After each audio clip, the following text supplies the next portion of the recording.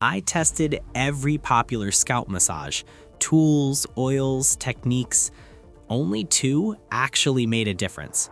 Before we talk about techniques, you need to understand one thing. Scalp massage doesn't magically create new hair follicles. That's a myth. What it does affect is the environment your hair grows in.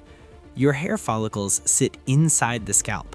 If the scalp is tight, inflamed, or stressed, those follicles don't perform well even if you're using the best products in the world. Here's what massage actually helps with. First, scalp tension. A tight scalp can literally restrict follicle movement. Massage loosens the tissue so follicles can function normally. Second, mechanical stimulation. When you stretch and move the scalp, not just rub the hair, you activate cells around the follicle called the dermal papilla. That's where thickness and growth signals come from. Third, circulation, but not the way TikTok says. More blood flow doesn't instantly mean more hair. It means better delivery of oxygen, nutrients, and growth signals over time. And here's the part most people miss: stress hormones. High stress increases cortisol, which is linked to shedding. Scalp massage lowers stress, and that indirectly protects your hair cycle. So the goal isn't to rub harder or longer. The goal is to move the scalp, reduce tension, and create the right conditions for growth. Now let me show you the massages that actually do that and the ones that don't. Let's get into it. The first one is scalp stretching. This is the most effective technique. Not rubbing, stretching. Your fingers stay flat on the scalp and you move the skin itself, forward, backward, side to side. This matters because studies show increasing scalp mobility can increase hair thickness over time. You're changing scalp tension and the environment around the follicle. Place your fingertips flat. Move the scalp, not the hair. Work from the front to the crown, then the sides and back. Use slow, controlled movement. Do this for 5 to 10 minutes a day. Consistency beats pressure every time. The second technique is pinch and lift. This one is seriously underrated. You gently pinch small sections of the scalp and lift them away from the skull. This helps with circulation, lymphatic drainage, and releases deep scalp tightness, especially around the crown and temples. Use small pinches. Lift and hold for 1 to 2 seconds. Move across the scalp. If your scalp feels sore here, that's tension, not a good workout. Now, tools. Silicone scalp brushes are fine if you're actually moving the scalp.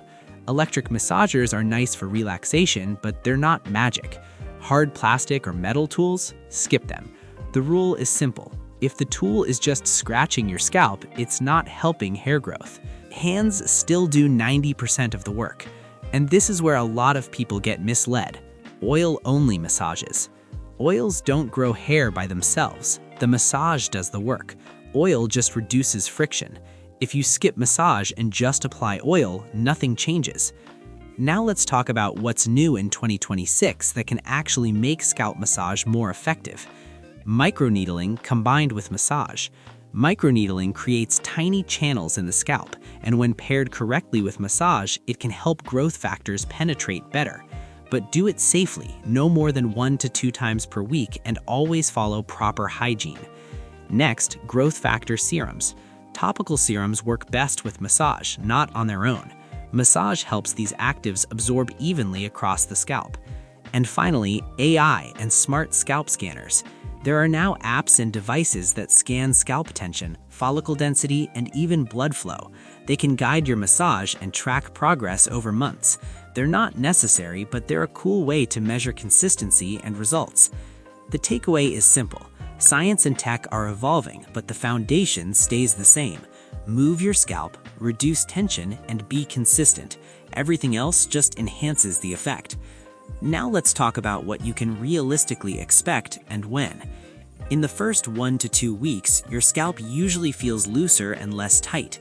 Itch and discomfort often go down. At 1 to 2 months, many people notice slightly less shedding. Hair starts to feel healthier and thicker to the touch. By 3 to 6 months, some areas can look visibly thicker, with stronger hair and a healthier scalp overall. Here's the key. Consistency beats intensity. 10 minutes a day done right works far better than random 30-minute sessions. Genetics, diet, stress, and overall health still matter. Massage can't override them, but it creates the best possible conditions for your hair to thrive. So, scalp massage can absolutely improve your hair's environment and even thickness over time. But if you're looking for stronger prescription-level support, that's where Strut's dutasteride comes in. Strut offers customized dutasteride treatments, both oral capsules and a 5-in-1 topical formula. It works by blocking DHT, the hormone behind male pattern hair loss. What makes it different is that it's compounded for personalized dosing, so it's not one size fits all. If you're noticing early thinning or a receding hairline, combining proper scalp care with a DHT blocker like this can maximize results.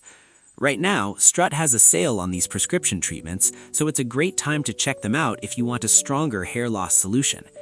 Here's a simple 5-minute daily routine to put all of this together. First, scalp stretching for 2 minutes. Fingers flat. Move the skin, not the hair.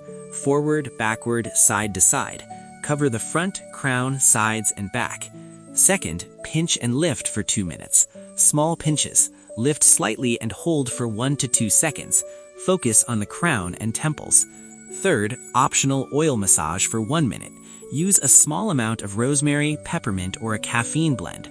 Massage lightly to reduce friction and support scalp health. Remember, oil helps, but the massage does the work.